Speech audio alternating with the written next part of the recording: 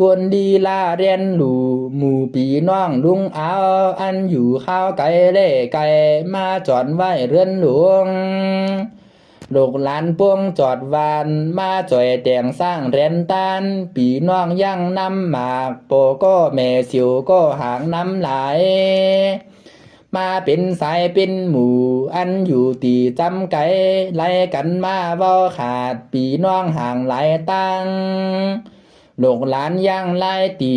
นากี่ยุ่มจูกันจนกันย่างมารอดพร้อมจอดเสียงจีมน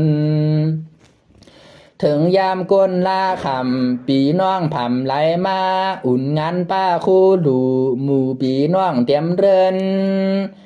เสียงซาเสินมีกวางจึงแต่งพร้อมเรียนตานยิงใจขันนำหมากคนเท่าหากน้ำไหล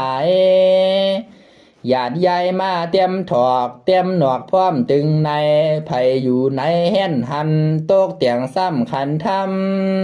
ำล่างผวงย่างเหลาปักหมอกปักหลอกไม้ขันทำโจตุงย่างข้าวเผือกเป็นตึงไว้จอนร้อน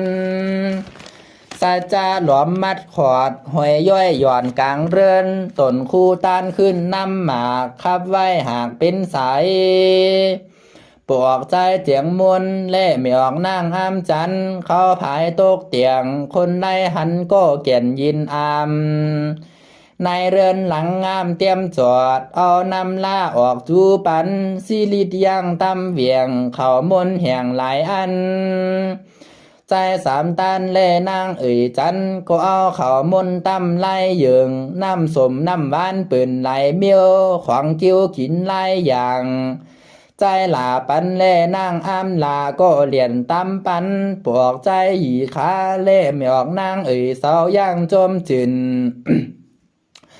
ใจซ้ำหลอดเล่นางกวางสีก็เหมือนกันใจซ้ำเต้าเล่นางหลาสุกก็จมหมากพ่อเปือหันปีน้องตีอื่นมานำกวางมองอย่างตีให้หมุนเปียวไว้ปังตานฝันปุ่งหลวงนี่หน้าคนนำหมากบ่าวสาวห่างมาเถียม